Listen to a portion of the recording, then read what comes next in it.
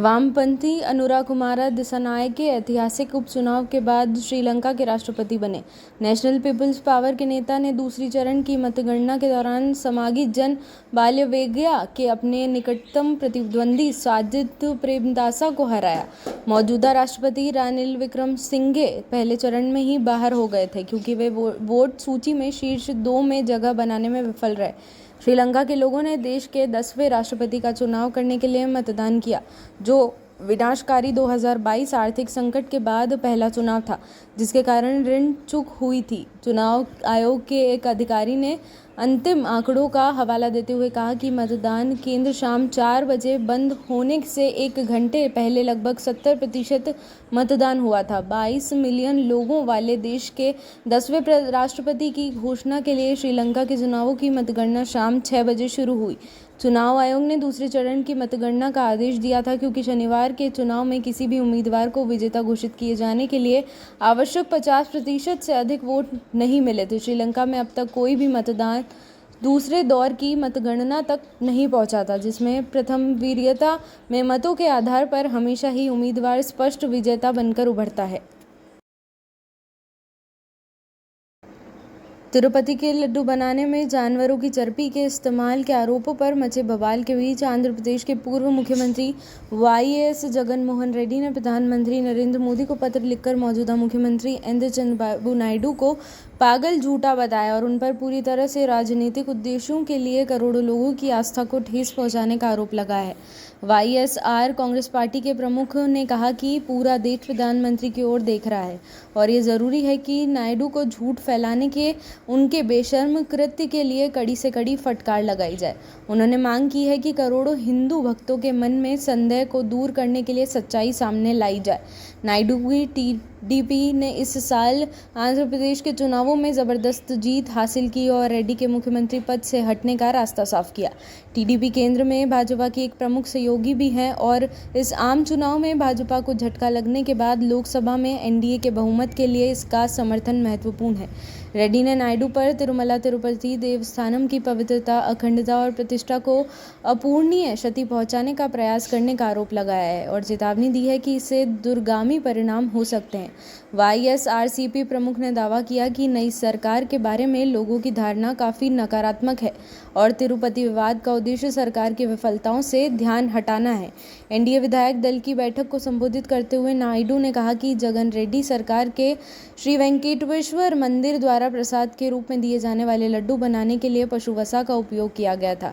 रेड्डी ने कहा कि संभवतः मिलावटी घी वाला टैंकर 12 जुलाई को तिरुपति पहुंचा था, लेकिन उसे अस्वीकार कर दिया गया और प्रसाद तैयार करने के लिए उसका उपयोग नहीं किया गया। उन्होंने लिखा, टीडी में दशकों से चली आ रही सख्त कार्यप्रणाली संदिग्ध गुणवत्ता की पहचान कर सकती थी और इसलिए घी का इस्तेमाल नहीं किया गया। इस सुखद परिदृश्य के बावजूद नायडू ने बेशर्मी से यह टिप्पणी करना चुना कि तिरुमला के लड्डू घी से नहीं बल्कि जानवरों की चर्बी से बनाए गए थे। पूर्व मुख्यमंत्री ने मंदिर का प्रबंधन करने वाले तिरुमला तिरुपति देवस्थानम की नीतियों पर और प्रतिक्रियाओं की मजबूती पर जोर दिया। घी की गुणवत्ता सुनिश्चित करने के लिए जांच के बारे में बताते हुए उन्होंने कहा कि मंदिर में पहुंचने वाले हर टैंकर के पास एनबीएल द्वारा मान्यता प्राप्त एजेंसियों से घी की शुद्धता का प्रमाण पत्र होना चाहिए।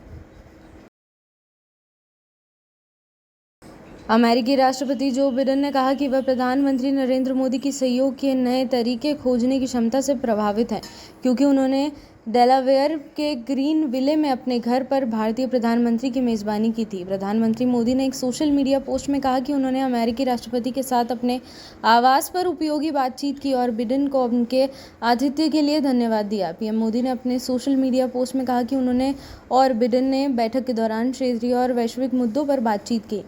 निवर्तमान अमेरिकी राष्ट्रपति ने इस बात पर प्रकाश डाला कि अमेरिका भारत अमेरिका के इतिहास में किसी भी अन्य बिंदु की तुलना में अधिक मजबूत और अधिक गतिशील है।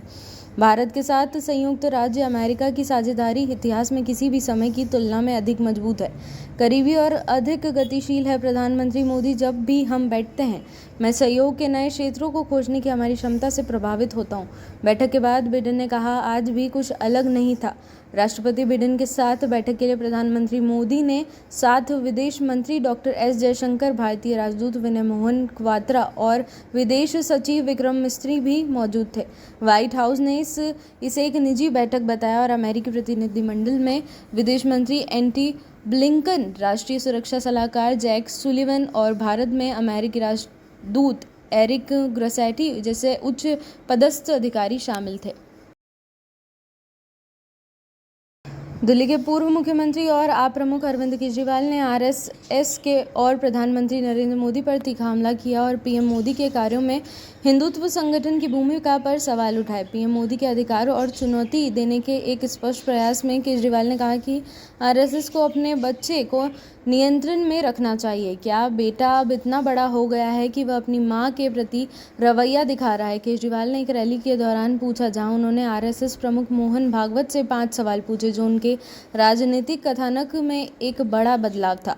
केजरीवाल के सवाल भाजपा द्वारा केंद्रीय एजेंसियों के उपयोग, सेवानिवृत्ति नियमों पर पार्टी के रुख और आरएसएस के साथ उनके संबंधों पर केंद्रित थे। उन्होंने सीधे तौर पर भागवत की भाजपा की वर्तमान राजनीति से संतुष्टि पर सवाल उठाया, जिसका उद्देश्य भगवा पार्टी और उसके वैचारिक गुरु के बीच दरार डालना था। दिल्ली के सीएम के रूप में अपने इस्तीफे के बाद जंतर मंतर पर अपनी पहली जनता की अदालत सार्वजनिक बैठक में केजरीवाल ने पूछा। हिजाबुल्लाह ने घोषणा की है कि उसने इजरायल के हमलों की एक श्रृंखला के जवाब में हाइफा के पूर्व इजरायल के रमत डेविड एयरबेस पर दर्जनों रॉकेट दागे, जिससे संयुक्त राष्ट्र ने चेतावनी दी कि अगर प्रतिशोधात्मक हिंसा जारी रही तो आसान तबाही हो सकती है। रविवार की सुबह पूरे उत्तरी इजरायल में सायरन सक्रिय हो गए। अगर पुष्टि हो जाती तो यह हमला पिछले साल अक्टूबर में ही चल रही सीमा पर पार झड़पों की शुरुआत के बाद से इजरायल के अंदर हिजाबुल्लाह का सबसे दूरगामी हमला होगा। इजरायली सेना ने कहा कि रविवार को लेबनान से 100 से अधिक प्रोजेक्टाइल दागे गए, जिससे लाखों लोगों को शरण लेनी पड़ी और इजरायल के उत्तर में स्कूल बंद करने पड़े। सेना के होम फ्रंट कमांड ने कहा कि कम से कम सोमवार शाम 6 बजे तक पूरे उत्तरी इजरायल में शैक्षणिक गतिविधियों की अनुमति नहीं होगी, जिससे लाखों बच्चे प्रभावित होंगे। सैन्य प्रवक्ता लेफ्टिनेंट कर्नल नदाव शोशानी के अनुसार चिकित्सा उद्योग में काम करने वाले निवासी पैट्रिस वॉल्फ ने कहा, हाइफा में बहुत सारे स्कूल बंद हैं और कार्यालय खाली हैं। हैदराबाद आपदा प्रतिक्रिया और संपत्ति निगरानी और संरक्षण एजेंसी के अधिकारियों ने रविवार को कार्यवाही करते हुए कुकुटपल्ली झील के एफटीपीएल में 16 से अधिक शेडों को ध्वस्त कर दिया। सभी शेड का उपयोग व्यावसायिक उद्देश्यों के लिए किया जा रहा था और ये अनधिकृत निर्माण थे, जिन्हें बिना अनुमति के बनाया गया था। कुकुटपल्ली चेरवू में परिवारों द्वारा कब्जा किए गए आवासीय भवनों को बिना तोड़े छोड़ दिया गया। कुकुटपल्ली झील में एफटीपीएल क्षेत्र में एक शेड बनाया गया था, जहां खान पान का व्यवसाय चलाया जा रहा था और जहां कर्मचारी काम कर रहे थे, उसे भी ध्वस्त कर दिया गया। अमीनपुर में सरकारी ज़मीन पर बनी 3 बहुमंजिला इमारतों को ध्वस्त कर दिया गया। क्षेत्र में एक बिल्डर और 2 अन्य लोगों के स्वामित्व वाले 27 से अधिक विला भी ध्वस्त कर दिए गए। हालांकि मुख्यमंत्री रेवंत रेड्डी के वादे के अनुसार परिवारों द्वारा कब्जा किए गए विला को बख्श दिया गया। अमीनपुर में सरकारी ज़मीन पर अवैध रूप से बनाए गए और भी घरों को तोड़ा जा रहा है। शिखर सम्मेलन स्थल से पत्रकारों के जाने के बाद बिडेन की शुरुआती टिप्पणी हॉट माइक पर कैद हो गई। चीनी राष्ट्रपति शी जिनपिंग मेरे विचार से चीन के हितों को आक्रामक तरीके से आगे बढ़ाने के लिए खुद के लिए कुछ कूटनीतिक स्थान खरीदना चाहते हैं, उन्हें यह कहते हुए सुना गया। 81 वर्षीय नेता ने कहा कि चीन आर्थिक और प्रौद्योगिकी मुद्दों सहित कई मोर्चों पर पूरे क्षेत्र में हम सभी का परीक्षण करते हुए आक्रामक तरीके से व्यवहार करना जारी रखता है। बिडेन ने जोर देकर कहा कि क्वाड राष्ट्रों का मानना है कि तीव्र प्रतिस्पर्धा के समय में इसके लिए गहन कूटनीति की आवश्यकता है। अमेरिकी राष्ट्रपति की टिप्पणी शनिवार को क्वाड शिखर सम्मेलन के दौरान आई, जिसमें प्रधानमंत्री नरेंद्र मोदी, जापानी प्रधानमंत्री फूमियो किशिदा और ऑस्ट्रेलियाई प्रधानमंत्री एंथनी अल्बानी ने भाग लिया। अमेरिकी प्रशासन के एक वरिष्ठ अधिकारी ने निवर्तमान अमेरिकी राष्ट्रपति की इन टिप्पणियों को कमतर आंकने की कोशिश की। उन्होंने कहा कि उन टिप्पणियों पर विस्तार से बताने की कोई आवश्यकता नहीं है, क्योंकि यह अमेरिका द्वारा पहले की गई बातों के अनुरूप है। अधिकारी ने कहा, मुझे नहीं लगता कि यह बहुत आश्चर्य की बात होगी कि हमारी अंदरूनी आवाज़ हमारी बाहरी आवाज़ से मेल खाती है। उन्होंने यह भी स्पष्ट करने के प्रयास किया कि क्वाड राष्ट्र केवल चीन से ही प्रभावित नहीं थे, बल्कि एजेंडे में कई विषय थे। अधिकारी ने बताया, मुझे लगता है कि आश्चर्य की बात नहीं है कि चीन एजेंडे में रहा होगा। यह इंडो पैसिफिक सम्मेलन है, यह इंडो पैसिफिक साझेदारी है। चीन इंडो पैसिफिक में एक प्रमुख देश है, लेकिन मुझे लगता है कि यह कहना भी उचित है कि एजेंडे में कई अन्य विषय भी शामिल थे। दक्षिण चीन सागर में बीजिंग की आक्रामक सैन्य कार्यवाहियों का परोक्ष संदर्भ देते हुए क्वाड राष्ट्रों ने स्वतंत्र और खुले इंडो पैसिफिक क्षेत्र को बनाए रखने की अपनी प्रतिबद्धता पर जोर देना जारी रखा है। चीन दक्षिण चीन सागर और पूर्वी चीन सागर दोनों क्षेत्रों में क्षेत्रीय विवाद में लिप्त है।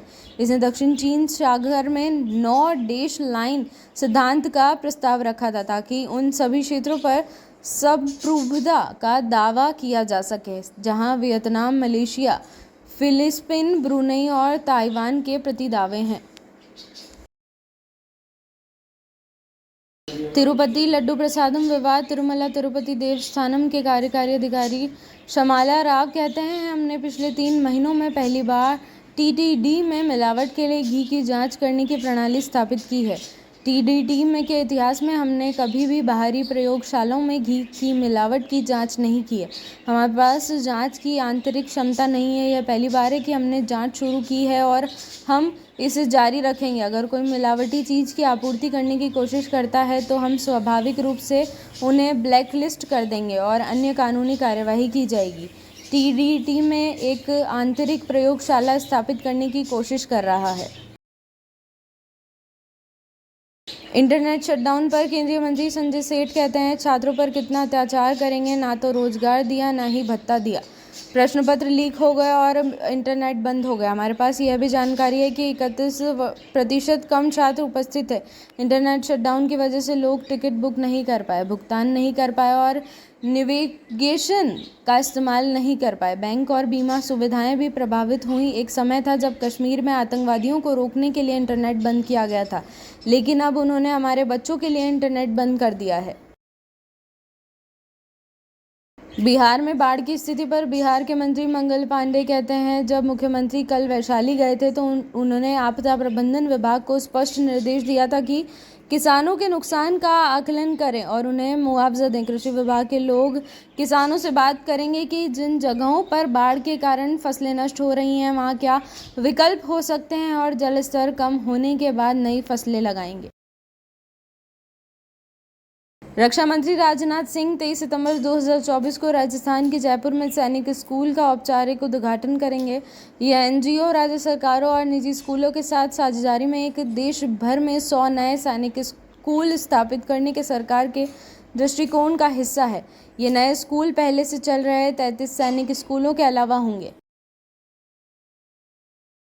एक सार्वजनिक रैली को संबोधित करते हुए रक्षा मंत्री राजनाथ सिंह ने कहा, पाकिस्तान IMF से $7 अरब के बेलआउट पैकेज की गुहार लगा रहा है। जम्मू कश्मीर के विकास के लिए प्रधानमंत्री द्वारा दिया गया पैकेज पाकिस्तान द्वारा मांगे गए बेलआउट पैकेज की राशि से 10 गुना अधिक है। अपनी तरह का पहला तीनों सेनाओं का भविष्य का युद्ध पाठ्यक्रम 23 से 27 सितंबर 2024 तक नई दिल्ली में मुख्यालय एकीकृत रक्षा स्टाफ के तत्वाधान में आयोजित किया जाएगा। Chief of defence staff general Anil Chauhan की एक अग्रणी पहल यह मेजर जनरल से लेकर मेजर और अन्य सेवाओं के उनके समकक्ष स्तर के अधिकारियों के लिए रैंक अजेय पाठ्यक्रम होगा। पाठ्यक्रम का उद्देश्य अधिकारियों को आधुनिक युद्ध के परिचालन और तकनीकी पहलुओं से परिचित कराना है। वक्फ संशोधन विधेयक 2024 पर केंद्रीय मंत्री गिरिराज सिंह कहते हैं, वक्फ बोर्ड में एक कानून बनाया जाना चाहिए और गरीब मुस्लिम महिलाओं और परमानदा को इसमें जगह मिलनी चाहिए। वक्फ को ज़मीन हड़पने की होड़ में नहीं जाना चाहिए। कांग्रेस ने वक्फ बोर्ड को इतने अधिकार दिए, ना खाता न बही, जो वक्फ कहे वही।